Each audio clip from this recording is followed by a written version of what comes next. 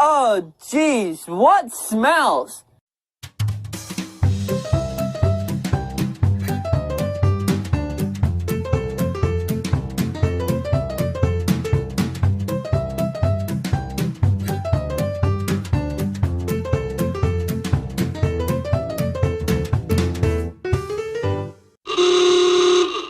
Well, that stinks. Hey everybody, and welcome to another episode of Blue Cheese, the show where we pair up cheesy movies on Blu-ray with cheesy snacks. And for this episode, our cheesy movie is going to be a movie called Dead Souls. And joining me on this episode is Jonathan Moody, the co-host. And MeeChee. hey MeeChee. Well, okay, so let's explain this real quick. You're not going to see her after this because she has to go, sadly. Yeah. But she wanted to watch for a little bit and eat snacks with us and stuff. Of so, course. why not, right? And speaking of snacks, we have two, so it's a twofer. We have cheese straws and cheese dippers. Cheese dippers. Because you just can't get enough cheese, especially on blue cheese. So, There you go. There's our blue cheese snacks. And we got Rocky with us. Oh, we got Rocky. We got Rocky. And we got our blue cheese movie, Dead Souls. So we will find out what this is about. It looks like some kind of wacky ghost movie. And it looks like a possession movie. Possession maybe, movie, yeah. So we'll see. We'll see. We'll be right back, and we'll let you know how Dead Souls, how cheesy it is. All right. Bye. Bye. Hey everybody, we are back with the little rock star right here. He's a little cray-cray. Dead Souls. Dead Souls. Aye. Jesus Christ. Good Lord. It's literally Jesus Christ. Awful. It was terrible. I got no freaking clue what's going on. Movie So made no MeeChee sense. left, as we said, and before she said she wanted to vote this just cheddar because of the cinematography looked really good. She thought it might actually, whatever, it might be a good movie. Let's talk about that. No. So, first of all, this movie was sort of like the storyline, if you can call it that, was convoluted at times and very vague, and we didn't understand necessarily what was going on half the time. This is the story encapsulation from the box. From the novel, two-time Bram Stoker Award finalist Michael Lamo. Lamo. Dead Souls draws you into a harrowing world of family secrets and ancient evils. Not really, but that's what it says. The original production from Chiller, this relentlessly creepy film delivers unexpected twists and turns that will leave you riveted to your seat. Okay, they're not unexpected, and they don't keep you riveted. Yeah. On his 18th birthday, Johnny Petrie learns he was adopted when he inherits a farm in Maine, as you do. Eager for a new life, he leaves home to start over in the new dwelling, but soon learns that the farm, abandoned for 18 years since his natural family died, has a horrifying history. As he digs into his past, he discovers the grisly details of his family deaths and questionable teachings of his father, who's been a local preacher. He discovers that decades-old forces trapped in the home have revived and sets into motion a heart-stopping ritual, prompted by his return to the fold. And this movie stars Jesse James, who's been in Amityville Horror and Flyboys. Bill Moseley, who's, of course, Texas Chainsaw Massacre 2, The Devil's Rejects, House of a Thousand Corpses. Magda Panowitz from Butterfly Effect. Noah Fleiss from Brick. Jaden Kane from Hellbenders. And Geraldine Hughes from Rocky Balboa and Gran Torino. That's why you probably know her. Written by John Doolan and directed by Colin Faze. So, yeah. Yeah. So the movie is pretty much about this family. They're doing some kind of ritual. What did it say? Like it was a ritual basically to something about Osiris and Jesus and going to the everlasting. Going into the afterlife. Garbage. That's a MacGuffin. So basically, the movie starts off with this family trying to sacrifice themselves so that they could, go into the afterlife or whatever. Because I guess you don't go into the afterlife unless you kill yourself. Which isn't that like that's against the Christian Bible kind of thing? I don't know what the hell they're doing. It's so stupid. Generally speaking, the Bible tells you, the Bible itself, not the the Christian Bible says do not commit suicide. I'm sitting here eating cheesy snacks because this movie's driving me crazy. Oh, I know, we both are, but it was,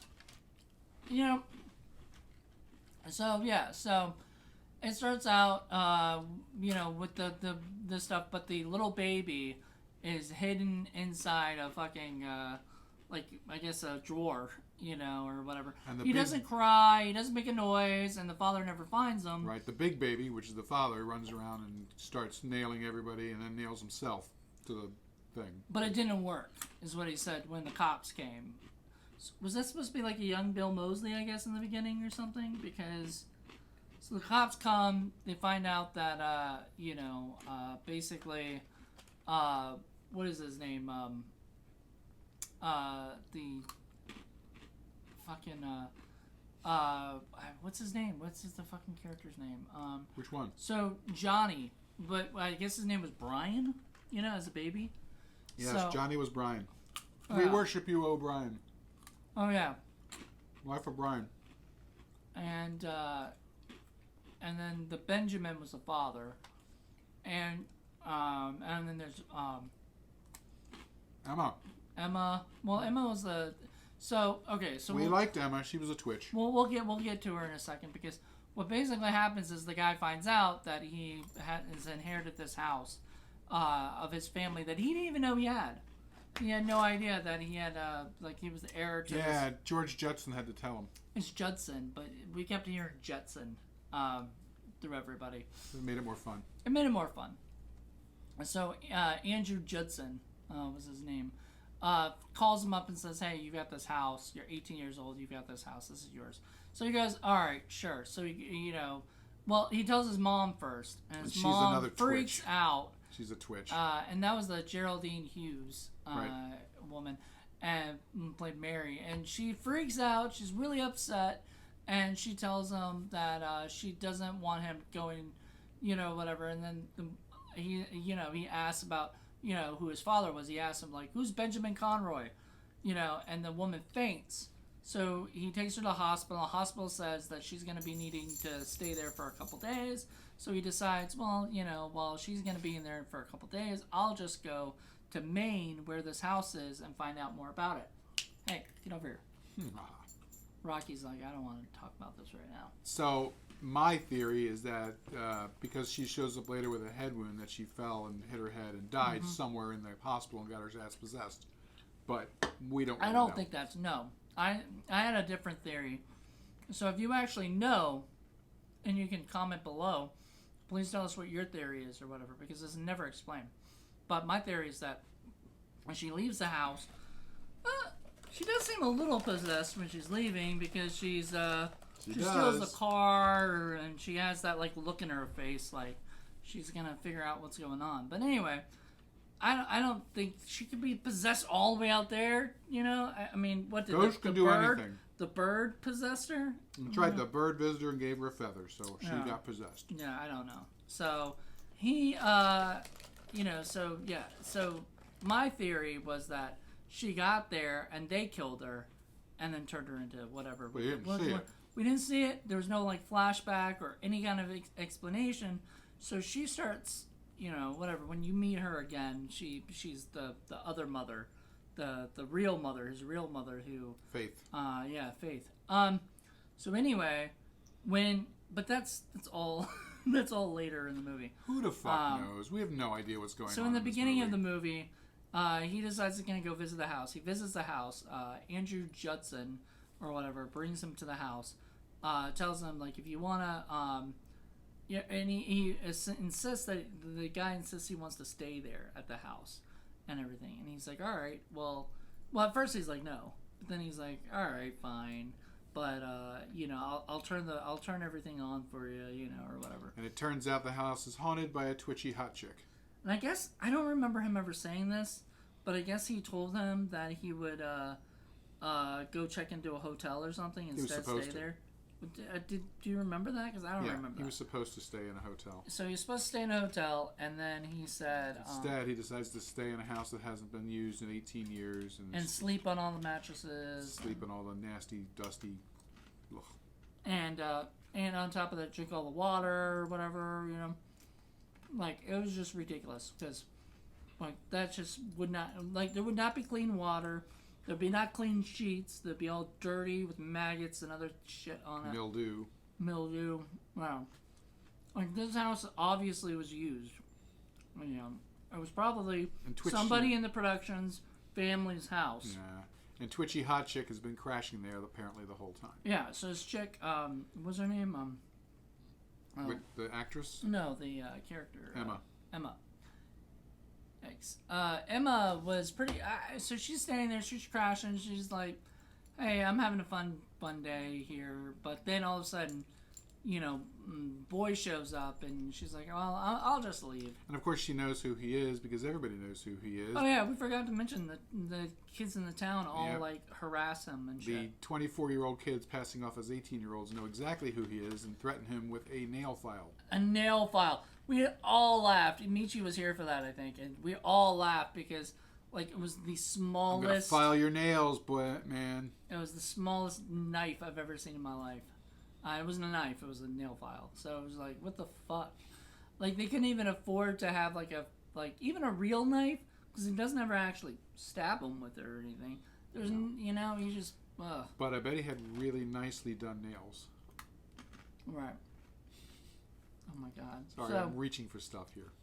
I mean, hey, at least that explains more than the actual movie did. So anyway, so he goes to the house, meets a girl, they decide to stay, and then they start hearing things and seeing things, doors shut. At one point, she thinks the dude is like giving him her neck massage, and it's the ghost. I don't know what ghost ever just like decided, hey, you know, I'm just gonna rub your neck. Why does the ghost even care about her? Did she not experience any ghosts when she was crashing before he showed? No, because she said you must have woken something up, because like nothing was crazy there. She everything was fine until he showed up again. You know, that was the whole idea. Thanks, Johnny. You fucked everything up for everyone. I know, seriously, what a douche. Brings death to everyone there. You said he was in the Amityville Horror, so he was in the probably the Ryan Reynolds Amityville Horror remake, probably like as a little kid. Oh, good God. But it was like seriously ridiculous. Yeah, it's, you know, the movie's not badly acted. I can't say anybody was bad. It wasn't necessarily badly produced. I mean, it wasn't badly shot. It was wonderfully shot. It's just the writing. It just made no sense. And the direction. And the direction. There's a lot of crappy, cheap jump cuts, and you know, there's like, you know, he goes and he looks at the sink, and the sink has water in it. Dun dun dun. Okay, big fucking deal. It's got water in it. Didn't scare us at all. Oh yeah, no, you were talking about the water that went down the drain. Yeah. There's like he's just staring at the water going down the drain, and it wasn't like. It would have been cool if like the water was like blood or something, turned into blood and that and stuff. Something scary, but like there's just water going down the drain. You'll see a wall and you'll just linger on it for a few seconds, and the music gets ooh, and nothing ever happens of it. It's just it was ridiculous. Yeah, there were some very questionable choices. And there was dogs, so. Oh yeah, it starts off with dog murder in the first 2 minutes. If you do not like dog murder, you know at all. You know, stay away. There's two. Stay away. There's two? There's two. Yeah, there's two, yeah. And one of them was more understandable. He was even saying, like, if a dog was attacking me like that, I would do whatever I could, you know, to do that. Like, that's understandable. When a dog's just barking and a person just comes up and just kills it, you know, because it's being too loud, that's... And it wasn't even like... I don't think he was possessed at the time. Go ahead and kill your family. I don't give a shit about them, but leave the dog alone. We've talked about this on multiple podcasts and shit. Like we don't like when dogs die. Like humans, in general. You know, right? Humans, whatever. We don't care. As long as like, you know, like it's part of the plot, you know, or whatever, and makes sense for the movie. You know what I mean? Nothing made sense for this movie. Right. I'm saying like that's the problem with this movie. Like half the time, it's just nothing made any sense. So I just. Couldn't tell who was getting possessed by who and why, and you know, this is the guy. He's like his weird Osiris thing. Why is the kid who's never done this before explaining to him about how the ritual's supposed to work, It's the fifth nail. Well, why doesn't he already know this? You know, I mean, I don't understand. What do you mean? Why doesn't the guy who did all this horse shit know about the fifth nail? Because he didn't know. He didn't know. I don't know how they figured it out. Because they figured it out through the ghost. Remember, Ben was right. it the ghost? So one of the ghosts knew more than the father did. Yeah, the whichever one that was. Whichever one. It was Daniel, right? Daniel was the little boy, and he knew it was the fifth nail, right? How did he know that? I don't know. Like, that was never fully explained as, like, what was the reason. But for movie's sake, that was the only reason. Like, because... so we didn't explain this also, that... Because we're all over the map on this movie, just like this movie was. Yeah. Bill Moseley shows up, like, randomly in the house. He's the cop in the beginning of the film. He's like... Well, I mean, he's not, but somebody else plays a young version of him. And then he shows up later... And he's trying to tell him, like, oh my God, stay away, right? And then, you know, like, you need to leave kind of thing, right? And so, of course, he doesn't. You know, the cops come, take him away. And the cop explains, like, you know, this guy used to be a cop, and he was, you know, into this case, but, you know, now he's just kind of a nut, you know. And we're not doing that thing yet. I know. I've got it ready. Okay. So anyway, was it Bill Moseley ends up coming in, and then he ends up, I don't know, like, it just... I don't know either. Yeah, so he says, like, later on he comes back, right, I guess he got let go from the cops or whatever, he comes back and he tells them, like, look, I'll help you out, when everybody else is possessed, including Judson is possessed.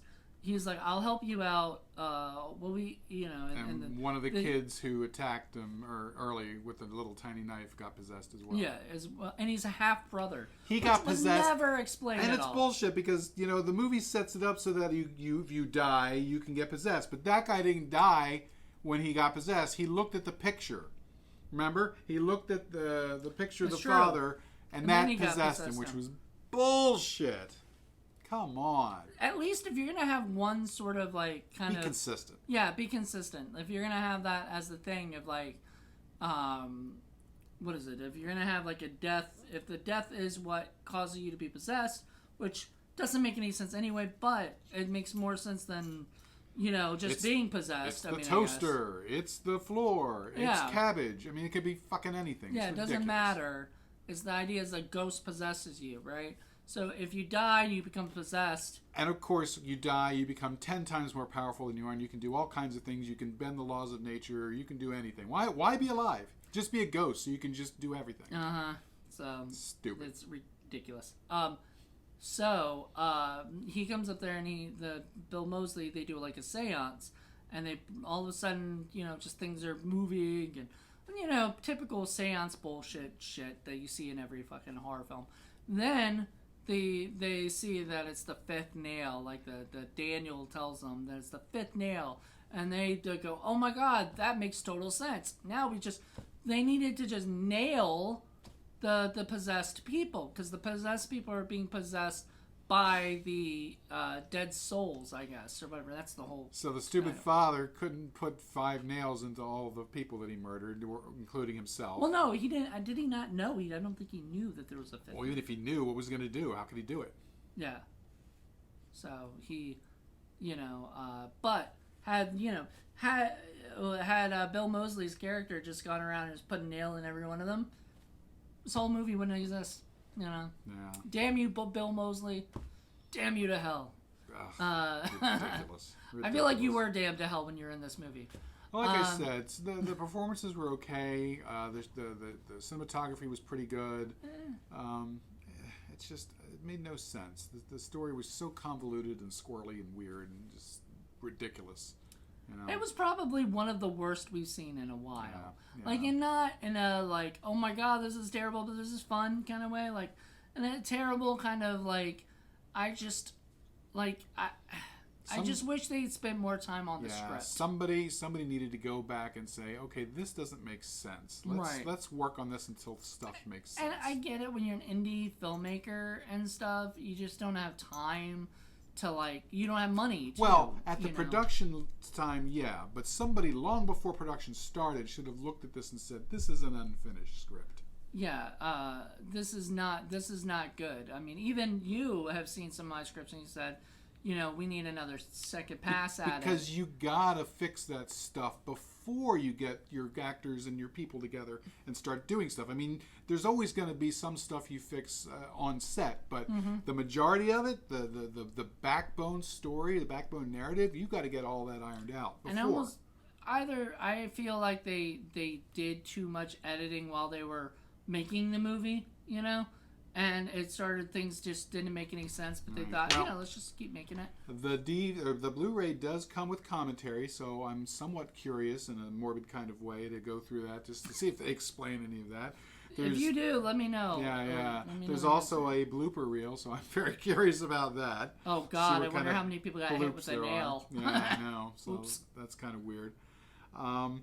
But otherwise, And there's a tour of the set. Yeah, there's a tour of the set. So somebody had a really cool old creepy barn, an old creepy house. That was cool. I mean, like, look, the house was neat. You didn't like the wallpaper. Well, no, but it was fitting for what it was. Yeah, and and then the house was pretty neat. So like, I feel like that's what happened. They had a house. They said, let's make a movie set around this house and this barn, and let's make a movie out of it. Well, they had the story. It's coming from a story, and I guess that's probably what happened. Is we have this story set in a house. We happen to have a house. Let's set the story there, and then build the movie around it and base it on this. It's just, you know. I feel like there's just maybe too many cooks spoiled the soup. Yeah, I kind of thing. think the screenplay did not catch up with whatever the director wanted, or whatever the novel was, whatever the original story was. Yeah, the novel. So whoever this Bram Stoker Award winner, I imagine the story is probably very different than what we saw in this. Poor guy. Whoever wrote the original story was like, that's what they did with, you know. It could be. It happens a lot. Yeah. It happens a lot, especially with indie films. You know, once you sell the rights to your stuff, people can take it and do whatever they want. They can improve it, quote unquote.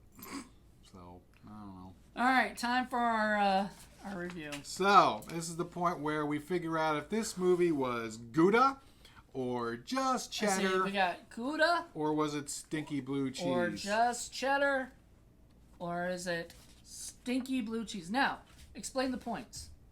So yeah, if it's Gouda, then it gets 10 full points. If it's just cheddar, it gets 5. But if it's a stinky blue cheese mess, then it's going to get minus 10.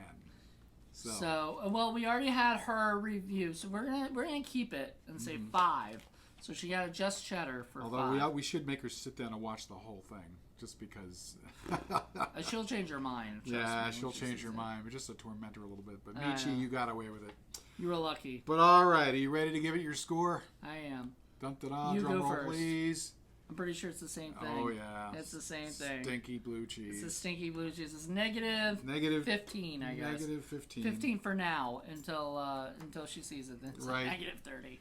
Oh, dear. Because it's like, even it started out bad. Like, she was so confused and everything. So Fail. it started out bad. It's just, I think she thought it would get better, and it didn't. It got worse. Dollar store find. You never know what kind of fun, weird, bad Blu-ray stuff. I mean, you can is this find. something that you'd actually recommend to people to watch?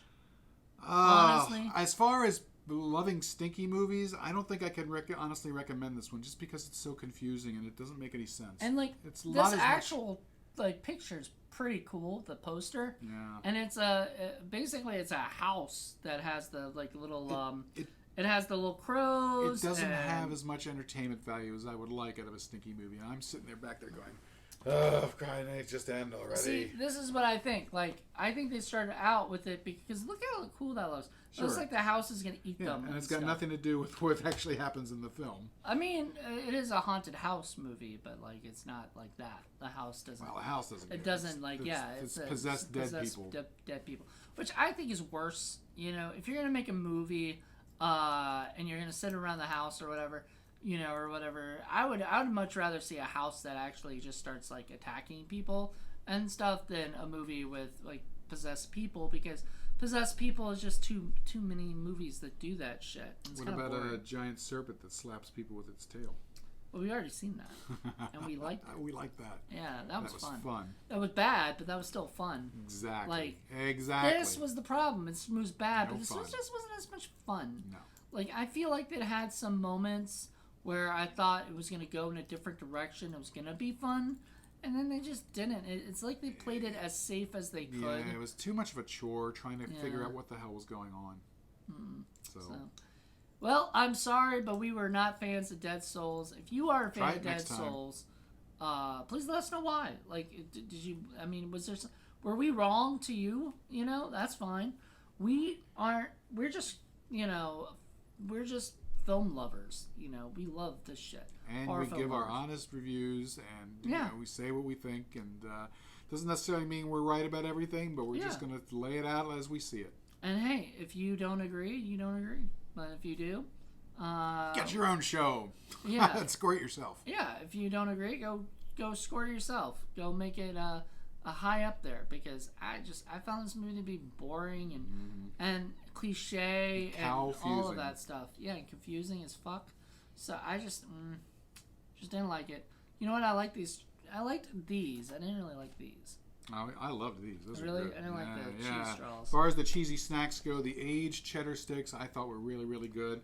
I like these. The cheese dippers weren't The bad. cheese dippers. Not too bad. The dippers themselves were good. This has like a little peppery kick to it, so it's a little spiced. And they're kind of dry. Maybe that's it. Maybe that's why They're I kinda like, dry. I don't like spice on my cheese. So, all right. Well, thank you guys so much for checking this out. Tune in next month for another blue cheese episode. Who knows what we'll be watching We'll next? see what kind of cheesy movie and what kind of cheesy snack we'll get. So So- we will see you on the flip side. All righty. Bye. Oh, jeez, what smells?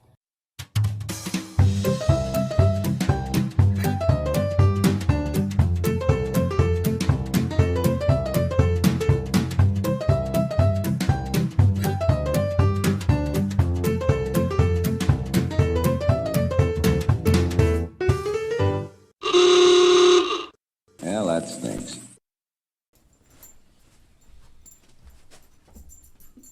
I'm gonna possess you.